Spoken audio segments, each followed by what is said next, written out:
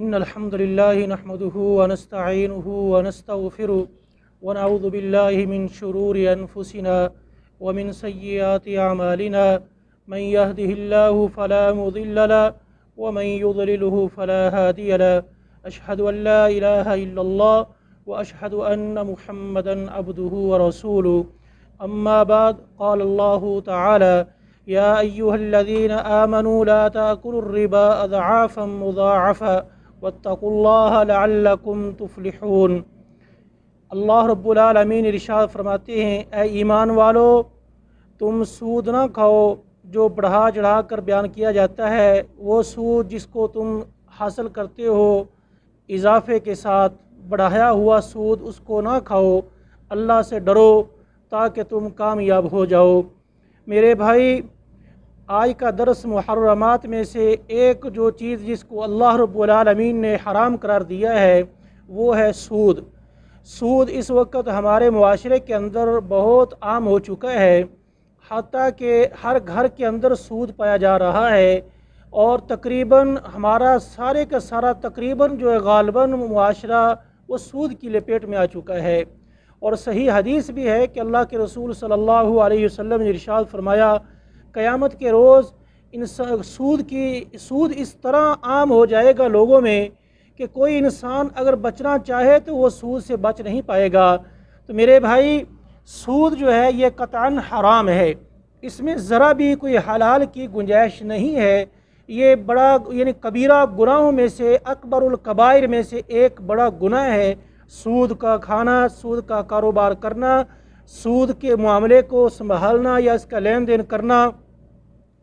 اللہ رب العالمین نے قرآن مجید میں کئی ایک مقام پہ فرمایا کہ سود جو ہے یہ نہ کھاؤ، حتیٰ کہ ایک اور مقام پہ فرمایا، یا ایھا الذین آمنوا اتقوا اللہ، اے ایمان والو اللہ سے ڈرو۔ ایمان والوں کو اللہ نے مخاطب کر کے کہا، کافروں کو نہیں کہا، پورے لوگوں کو، پورے الناس یعنی کائنات کو نہیں کہا، بلکہ ایمان والوں کو مخاطب کر کے کہا کیا؟ اے ایمان والو، یا ایھا الذین آمنوا اتقوا اللہ، اے ایمان والو اللہ سے ڈرو، اپنے رب سے ڈرتے رہو۔ وَذَرُوا مَا بَقِيَ مِنَ الرِّبَا، جو سود تمہارے پاس باقی رہ گیا اس کو چھوڑ دو، اس کو نہ استعمال کرو، نہ کسی سے لو، نہ کسی کو دو، جو باقی ہے اس کو ترک کر دو۔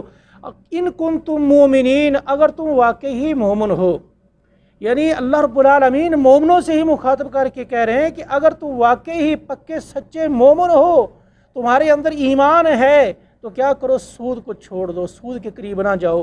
سود ایک ایسی لعنت ہے، جب انسان سود کو کھاتا ہے گویا اس انسان نے اپنے رب کے ساتھ جنگ کا اعلان کر دیا ہے۔ قرآن مجید میں اللہ رب العالمین ارشاد فرماتے ہیں، فَإِن لَّمْ تَفْعَلُوا فَأْذَنُوا بِحَرْبٍ مِّنَ اللَّهِ وَرَسُولِهِ، اگر تم سود کھانے سے باز نہیں آتے، سودی کاروبار سے رکتے نہیں ہو، اس سے پرہیز نہیں کرتے، تو گویا تم نے اللہ اور اللہ کے رسول کے ساتھ اعلان جنگ کر دیا ہے۔ میرے بھائی، اس سے بڑا گناہ کیا ہو سکتا ہے؟ نبی علیہ الصلوۃ والسلام نے فرمایا، صحیح حدیث ہے، ابو ہریرہ رضی اللہ تعالی عنہ بیان فرماتے ہیں، آپ نے فرمایا، اجتنبوا السبع الموبقات، لوگوں 7 ہلاک کر دینے والی چیزوں سے بچ جاؤ۔ 7 ایسی چیزیں ہیں جو انسانوں کو برباد کر دیتی ہیں، جو انسانوں کو، جو معاشرے کو ہلاک کر دیتی ہیں۔ فرمایا الشرک باللہ، ان میں سر فہرست اللہ کے ساتھ شرک کرنا ہے، اور فرمایا والسحر، جادو کرنا۔ اس وقت یہ بھی لمحہ فکریہ ہے، ہمارے معاشرے کے اندر جادو بیش عام ہو چکا ہے، ہر گھر کے اندر جادو کی لپیٹ میں ہے، اور ہر انسان یہی خواہش کرتا ہے حسد کی بنا پہ کہ میں اس کے کاروبار کو بند کر دوں، اس کو ترقی نہ کرے۔ وہ اسی طرح ہی وقتل النفس التی حرم اللہ الا بالحق، کسی کو ناجائز قتل کرنا، بلا وجہ کسی کو قتل کرنا۔ وَأَكْلُ الرِّبَا، سود کھانا۔ وَأَكْلُ مَالَ الْيَتِيمِ، یتیم کے مال کو کھانا۔ اور فرمایا وَتَوَلِّي يَوْمَ الزَّحْفِ، جنگ کے دن اپنی پیٹھ پھیر کے بھاگ جانا۔ وَقَذْفُ الْمُحْصَنَاتِ الْمُؤْمِنَاتِ، پاک دامنہ مومنہ عورتوں کے اوپر تہمت لگانا۔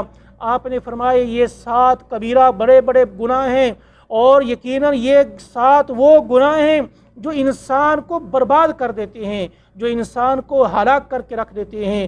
اسی طرح حضرت جابر رضی اللہ تعالی عنہ بیان فرماتے ہیں، رسول اللہ صلی اللہ علیہ وسلم نے فرمایا، لعن رسول اللہ صلی اللہ علیہ وسلم آکل الربا،